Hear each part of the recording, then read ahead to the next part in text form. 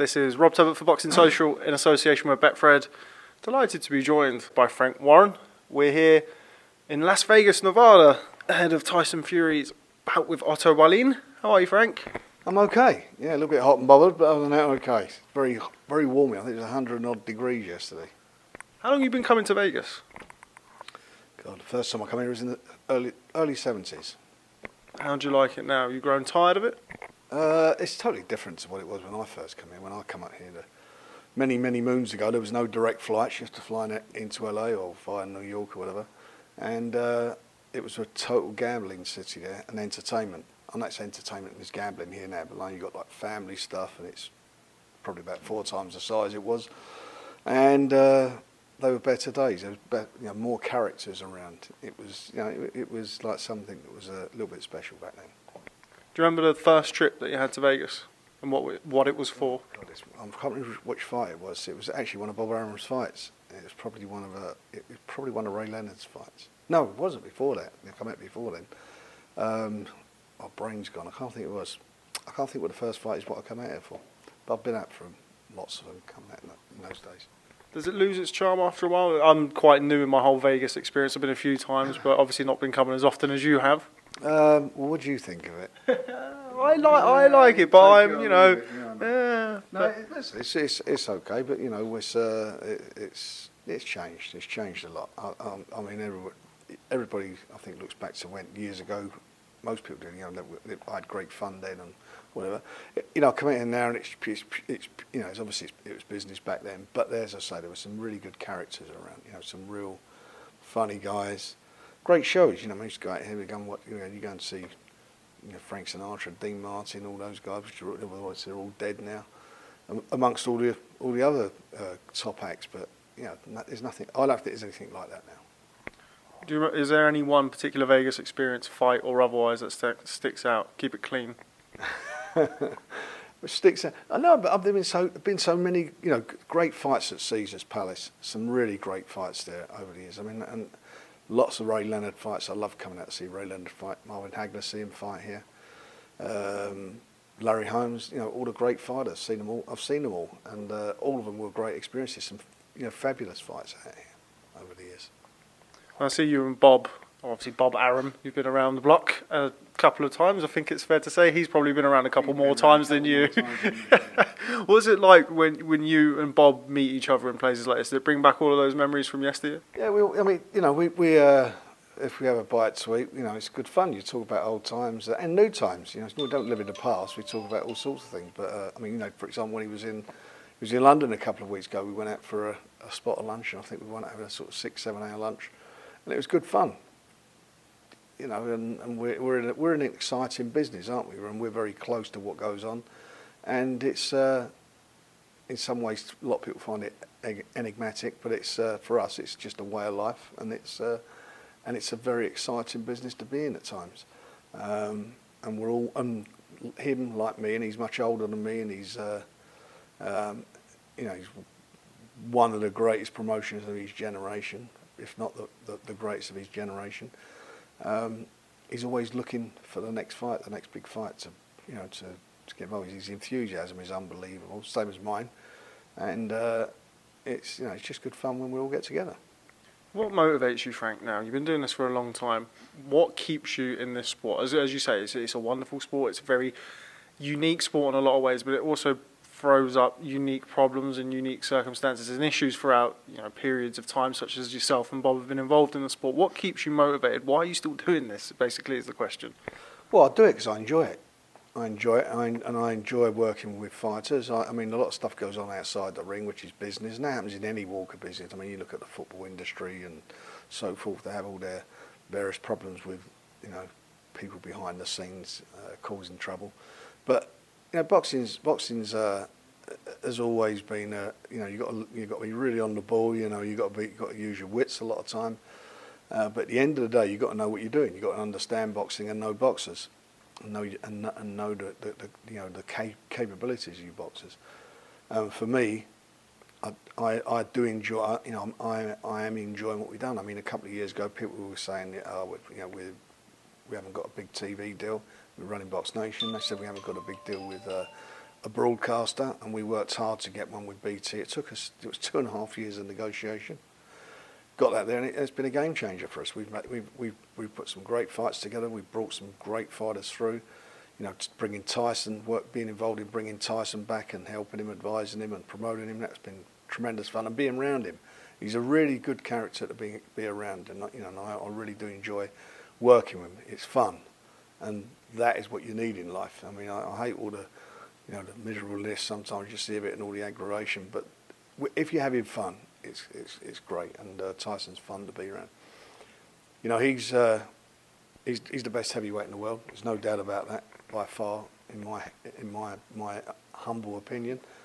And working with other fighters, like, you know, bringing young Daniel Dubois, who's the best young heavyweight in the world, in my opinion. He's going to be there eventually, and he's going to win a title. I put him with anybody except for Tyson at the moment, because Tyson's certainly too well schooled for him. But you know, Daniel's learning, and it's been great to be around. Josh Warrington, I could name a load of fighters, but all those fighters, they've all been in dramatic fights in the last year or so. They've all made their mark in really good fights, and you know, they're being voted.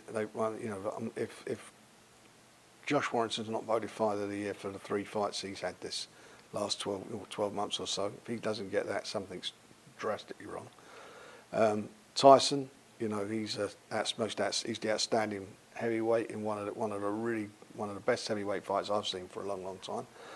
And you've got Daniel who's coming through, he's been voted, or he's about to be voted, or has been voted best young fighter of the year. So that's what we've been involved with. That's what we've been doing. So yeah, my enthusiasm is really there for that, because how could it not be there when you're doing things like that? That's plus all the young fighters coming through. You know, we've signed quite a few fighters lately, and plus the ones we've got into positions like Jack Catterall and Anthony Yard working. Even though he had that defeat, I mean, he was magnificent in the eighth round. He should have, you know, he was 15 seconds away from being a world champion. What a thing that would have been! But he's showed that he deserves to be up there with these high quality fighters. He's a fighter who only had, which I've said a million times, limited experience in the 12 rounds as an amateur and so forth. But all of that's been happening, and it's all been great for us and all these youngsters. And I've got my enthusiasm has never waned. Of course, we have our moments when you have setbacks, but that's what life's about. If you don't have a bad time, you don't know what a good time is. And you know, we work hard at it and we enjoy it. And everybody who works with me, and the team that works with me, and we, you know, the old guys who've been working with me, the new ones, the young guys who've come on board, they're a fantastic team. They've got great camaraderie, and I love being involved with it and being involved with them and working with them. You know, my sons are doing really well in the business, and it's a joy to see it happening. To see it when you're an old geezer like this, you can look at them and see what everybody's doing, and I really do take a lot of pleasure out of that. So there is a lot of pleasure in it for me as a sport. You know, occasionally you get your downs where you feel people could have done better. I don't mean in their ability, you know, but done better how they behaved and so forth. But I'm really pleased where we are at the moment. You know, here we are again. You know, Tyson's one fight away from a fantastic rematch in March. You know, this Wallins, who was quite up for it at the weigh-in today. I was quite surprised. There was no sort of wavering there, was he? Seems a quite confident young man. Tyson comes through that, and I don't, you know, please God, he's not a banana skin, this fella. He comes through, then we're 50% there towards the fight, and Deontay's obviously got to go and do the business against Ortiz when they announce it, and then we've got a great fight. You know, the best 2 heavyweights out there fighting each other.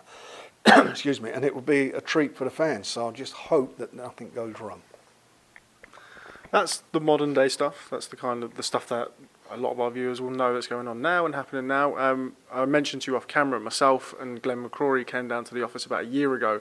We did an interview similar to this, and we had an issue with one of the microphones. So that interview never actually saw the light of day. Yourself and Glenn, yeah, that never saw the light of day. A very good interview as well. I didn't actually do it. Glenn did it with yourself. You took a trip down memory lane, as it were. So a little hat tip to Glenn. Unfortunately, as I say, that didn't make it out. Talk to me about your start in the sport. Some people may not know that you started off in unlicensed boxing. Well, tell me about that. They called it unlicensed, but it was boxing that wasn't licensed by the Boxing Board of Control. You know, to put the show on in London, where I was putting them on. They had to be licensed by the GLC, which is the Greater London Council back in those days. You had to put them on in a venue. They had a license and so forth. So they were licensed. I look at some of the stuff that's going on now. You know, what I call it, white collar, blue collar, and all these various things. I mean, these were real bear pits of fights, and I got involved in it purely by accident. I didn't get involved in it for the want of doing it. I was doing okay for myself. I was involved in quite a few things, and I had a relation called Lenny McLEAN. He was my uncle, my late uncle Bob, on my aunt's side. Kathy, it was her nephew, so we were like second cousins.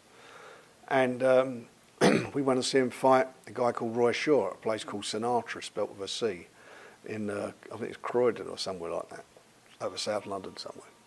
And yeah. Just disturbed there by the door.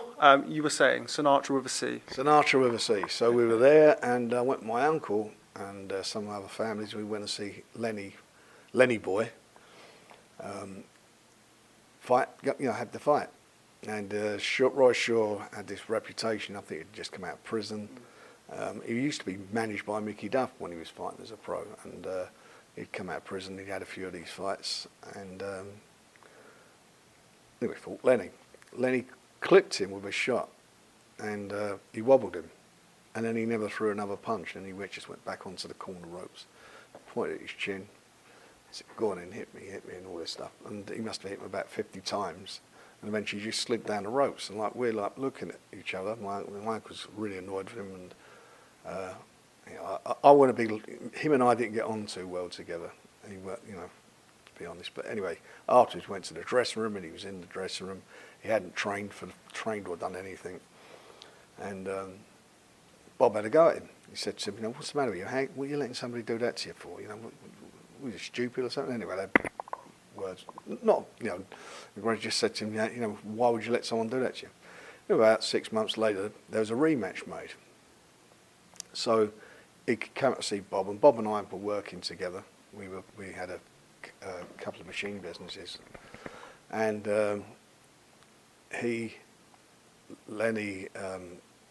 Bob said to him, "Look, I'm going to take you over to see a guy called Freddie Hill. Who trained the Finnegans, Kevin Finnegan, you know, really good fighters, and Chris Finnegan, and he also trained my other second cousin, Johnny Wall, who was a professional fighter. He was quite useful, light heavyweight, but not dedicated." Anyway, Bob took him over, and he trained for the fight. And obviously, he couldn't go in the corner with him because he was licensed by the Boxing Board of Control. So that was that. And just a week before the fight, Lenny said that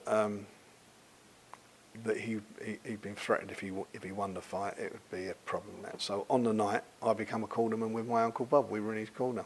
I knew nothing. All I knew about boxing was what I watched and going down the gym to see my cousin train. And anyway, Lenny came out, boom, done the business and won the fight. And then there was going to be a rematch, a rubber match between the two of them. And I went on this meeting with them. There's a fellow called Joe Pyle and Alex Steen at their office, or Alex's office in somewhere down the West End. And they offered some stupid money for Lenny for the fight, and I sort of piped in. I piped up. I was only young at the time. I was only about 23, something like that. And I said to him, "What does he need you to do for? You know, for pay with that money? We'll pay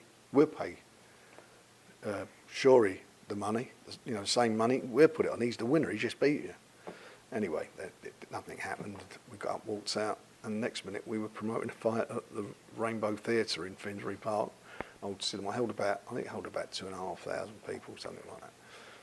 Promoting a fight there with Lenny against a guy who's on a door of a club in Ilford. And I don't know nothing about, you know, in those days, you know, about the medical aspect of boxing or anything. You know, I'm just pure, absolutely ignorant. Anyway, he fights this guy, and my uncle and I, these people come over. They were nice people. I can't remember their names now. They came from Ilford. Room at the top. This fellow was at the door, the room at the top, and he came over and they won't have a bet with us. Their man had beat our man. Solly Francis, his name was. I think it was Solly Francis, yeah. And we had quite a big bet. I think it was in those days. I'm not sure it was only like 30, 40, 50 grand bet, side bet. Anyway, Lenny won. And we weren't doing it for the money, everything. My uncle was quite a very straight going bloke, very, very well liked, and he's, very, very straight. All the money, whatever it was, all went to Lenny, and Lenny done well out of it. And then Lenny had a couple of more fights, and contrary to when you read in his book, the book which he wrote, and the films that have emanated from it, most of it's just complete bullshit. He didn't have 3,000 fights in 10 years, which works out at, one a week a year. One a week a year, yeah, it is, isn't it? 300 fights a year. It was just rubbish. Yeah, and Lenny, he was very colourful. He was a big lump, and he wound up. I think he fought a guy called Sid Paddock, who was a middleweight ex-pro boxer, who he terrorised in the first round, screaming and shouting and all this. He held on and beat him.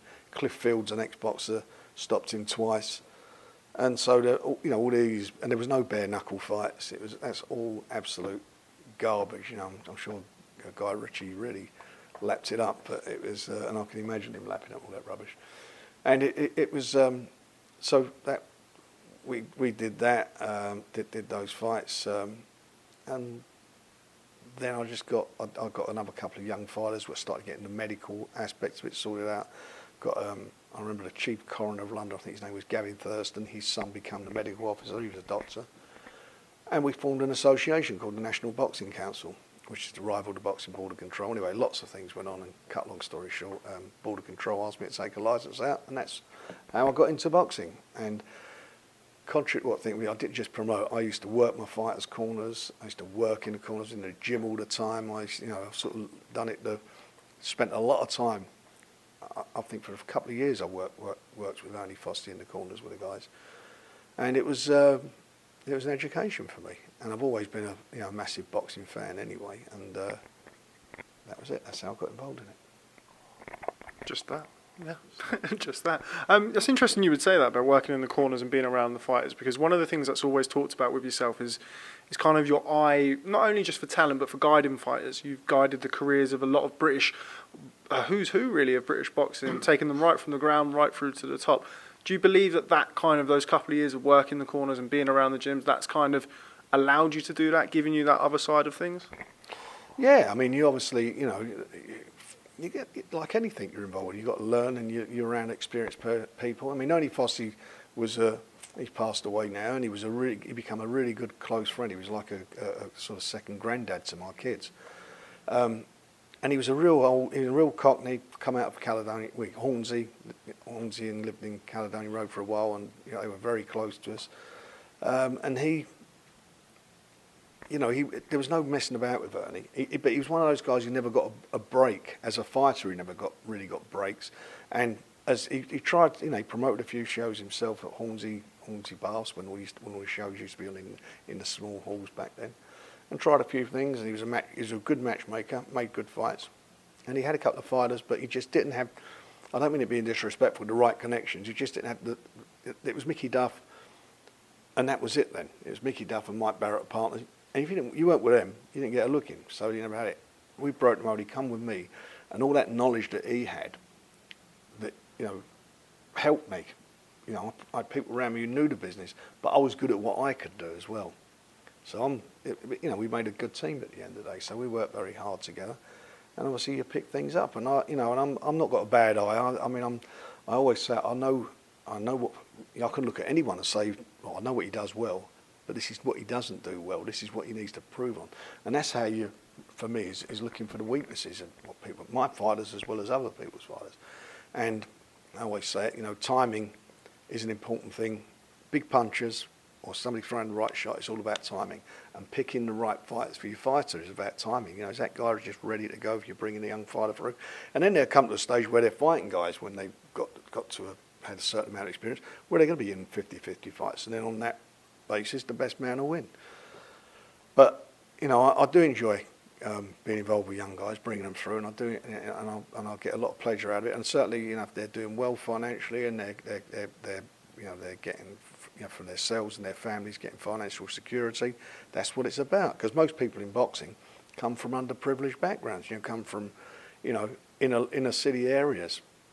the majority of them. I mean, including myself. I lived on a council estate when I was a kid, 4th floor of a block of flats in Islington. So I know what it's like from that perspective. I understand it, and you know, and everybody wants to try and do better for themselves. They want to earn their money. They want to improve their lot in life, and it's great that you can be part of that. But you're dealing with all sorts of different individuals. You've got guys who are very shrewd. You get some boxers who've got really, you know, they're very savvy with what they're doing with their money and how their investments go. You've got other guys who always think there's always going to be a payday and wind up, you know, potless. And you've got the other side of it, people blowing down their ear, getting them involved, and the backslappers. I mean, one thing I've seen from day one in this game is most fighters come along without an entourage. They come along with themselves. Maybe their dad comes along or a trainer will bring them up. They're doing really well. 75% of the time, they've suddenly got an entourage on them, you know.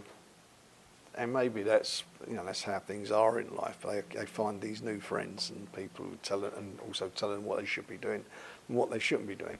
And that sometimes is disappointing, you know, from that aspect. But that's life, and you're not going to get over that. That will never change.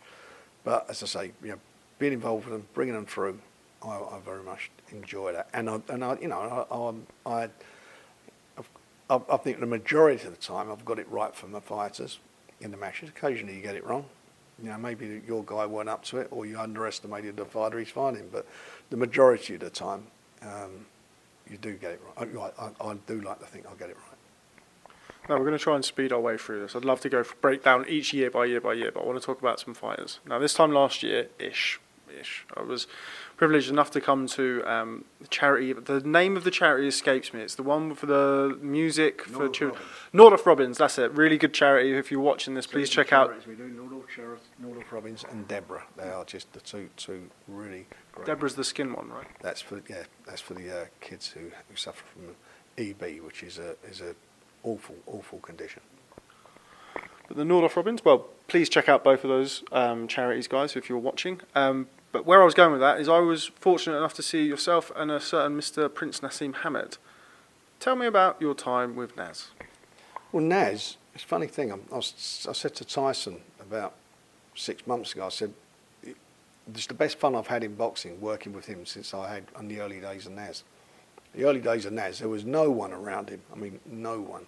Just Brendan Ingle, late Brendan Ingle, who, you know, really works hard on his behalf, not just as a trainer, he managed him as well, and also, you know, Brendan was a real, and I mean this in the nicest sense, a real dupper and diver, and knew the business. Ex-fighter. He fought my cousin Johnny Wall. John beat him, by the way. He fought him, and he came up the hard way, Brendan. When you know, when Naz started out, it was just brilliant fun. I mean, I think he had about 5, maybe 6 fights at the most when he came with me. He'd been with Mickey Duff, he'd been with Barry Hearn, and none of them had done anything with him. Brendan come to see me, and Brendan and I had never done a lot of business together for some reason. Anyway, he came to me, and we done a deal, and I said to Naz, and I knew Naz could fight. I mean, I knew what I could do him, and I knew it'd be a different audience for boxing, and that was, you know, I had in my head what I'd do. He was a tremendous puncher. At that time, he was in the gym all the time, so he was fit, athletic. I mean, you know, like when I say athletic, a real athlete, and he could punch, tremendous puncher, great reflexes. You know, he could slip and slide, and anyway, we got him on the road. And I remember in those days I went to ITV, and I think it was Bob Burrows was there then, and we talked about it, and I said, look, I want to go with this fella. He went, no, I'm not. He said, what do you think? I said, he's all right. He said, look, we'll get him on. And we wound up with a late slot, and I took no money for it. I said, but you're going to pay for it next time. I said, you'll get a rating, and you'll pay for it, because I'm telling you, this kid's going to be the business. Anyway, Naz was just outstanding. You know, all the somersaults in the ring, and you know, it was just great fun, and it was fun, and it was, you know, he was young, and just as time went on, you know, he was doing well, and I was really enjoying promoting him because he got it. He understood where I was coming from. And then, as always, people get involved. A couple of his brothers got involved. I think at that time, one brother worked he was the liaison officer for the Sheffield City Council with the Yemeni community there, because there's quite a big Yemeni community, and his other brother worked in one of the stores up there on the checkout counter or whatever it was.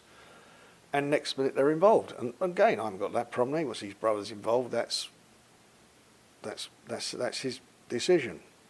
But it got ridiculous, and it got just awful. And he was doing less training. He wasn't doing some of the things he was doing. Then there was a fallout between him and Brendan over a book that come out. They had a fallout first of all over money, because Brendan, he didn't want to pay Brendan what he wanted. Brendan, it's a bit of, they were both wrong, and I sort of eventually got them back together and we was out, and by this time we was out fighting out in the States. We took it to Madison Square Gardens. I put a big fight in there against Kevin Kelly, and the book come out, and Naz got to see it, and it was the relationship was then, there was a problem. It's just as he was going to fight. We had all sorts of problems. The brothers were getting involved, and and it's just, it wasn't fun. It wasn't fun, and they were, I didn't like working certainly with one of his brothers. I found him, they didn't understand boxing. Like telling me, why can't Naz fight only once a year? I said, because first of all, that's not, he's going to have to make mandatory defence of his title every 9 months. And more importantly, you need him in the ring, because if he's in the ring, he's not going to be out blowing up in weight like he was doing spending less time in the gym.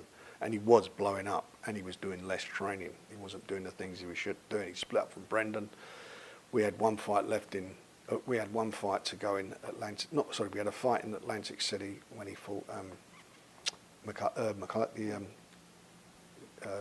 Irish guy, and everybody thought was going to be a walkover, and actually it was a tougher fight than it should have been.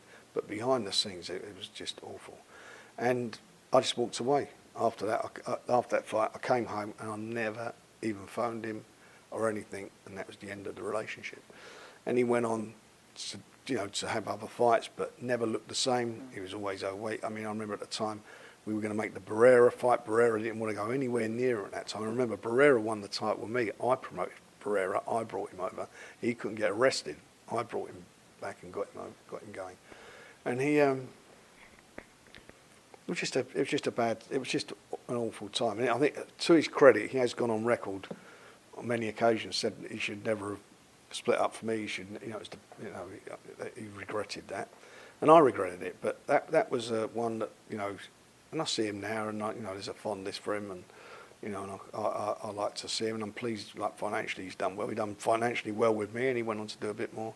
But at the end of the day, that last fight, he should never ever have been involved. Gone into that fight against Barrera. He wasn't fit. He wasn't right, and they forced him.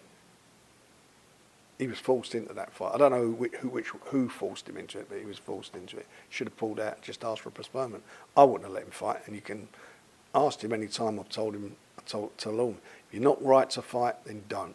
Don't want any excuses afterwards. You tell me, I don't want to be the last person to know, and then afterwards, it doesn't mean anything. If you're injured, you can postpone fights. Push them back. Because it's your career. And anyway, that's what happened with him, and that was the problem.